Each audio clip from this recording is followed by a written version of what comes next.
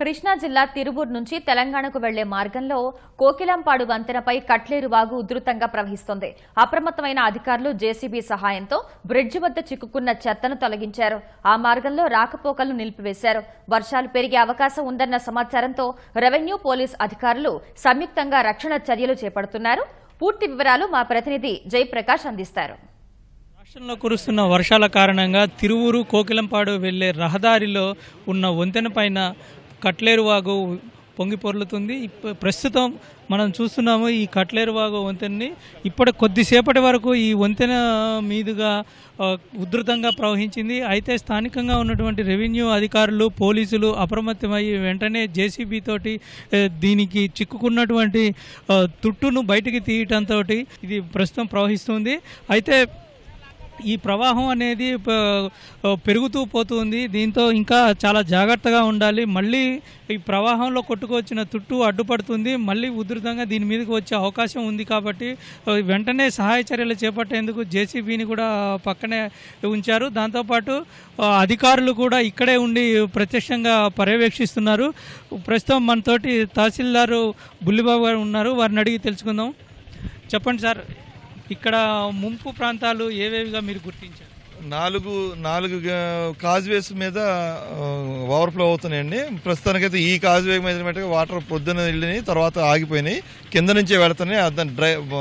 అడ్డుపడిన అన్ని దొంగలు చెట్లు కొట్టుకొచ్చినవి కూడా అవి తీసేయడం ఎస్ఐ గారు మేమందరం కలిసి దగ్గర ఉండి ఆ జేసీబీతో తీయటం వల్ల క్లియర్ అయిపోయిందండి. ఇప్పుడు ప్రస్తుతానికైతే కింద నుంచే పోతున్నాయి, బ్రిడ్జ్ కింద నుంచే.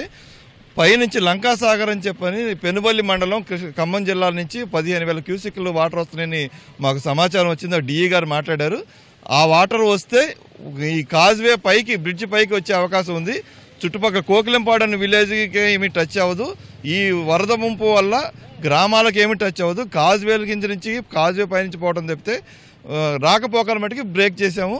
ఎస్ఐ గారు పోలీసు వారు మేము రెవెన్యూ వాళ్ళు కలిసి చుట్టూతో బందోబస్తు పెట్టాము.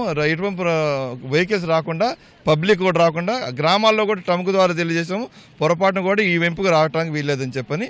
ప్రస్తుతానికైతే ఈ కాజ్వేల్ పక్కన ఓవర్ఫ్లో అయిన వాటర్, ఫ్లడ్ వాటర్ పొలాల్లోకి వెళతాయి. అవి అన్నీ రిసీడ్ అయిన తర్వాత మేము ఇనండేషన్ అయిన తర్వాత తగ్గిన తర్వాత ఎన్యూమరేషన్ చేసి డ్యామేజ్ అవి తర్వాత అసెస్మెంట్ చేస్తాం. పబ్లిక్ ఎటువంటి సూచనలు ఇస్తారు? జాగ్రత్తగా ఉండాలండి. వరద ముంపు ఎక్కువ అవుతుంది. ఆ వరద ఉన్న ప్రదేశాలకు ఎవరు పోవటానికి వెళ్ళలేదు. పొలాల్లో పొరపాటున వెళ్ళినా కానీ వరద నీటితో కొట్టుకుపోయే అవకాశం ఉంది. జాగ్రత్తగా ఉండాలని చెప్పని మేమందరం మీడియా ద్వారా చెప్పాము. ప్లస్ టముకు ద్వారా కూడా గ్రామాల్లో తెలియజేసామండి.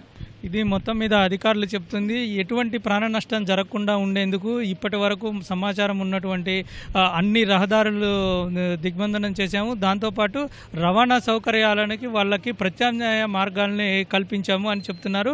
వాతావరణ శాఖ ప్రస్తుతం మరికొంత హెచ్చరికలు జారీ చేయడంతో ఈ ప్రస్తుతం ఉన్నటువంటి ఈ వంతెనను కూడా మరికొద్ది సేపట్లో బ్లాక్ చేసి ఎటువంటి ప్రమాదం జరగకుండా ఉంటామని చెప్తున్నారు. అదేవిధంగా మరింత ఉధృతి కనుక అవకాశం ఉన్నట్లయితే ప్రత్యేక బృందాలు ఎన్డీఆర్ఎఫ్ని, ఎస్డీఆర్ఎఫ్ని పిలిచి ఎటువంటి ప్రాణహాని జరగకుండా ఉండేందుకు చూస్తామని చెప్తున్నారు.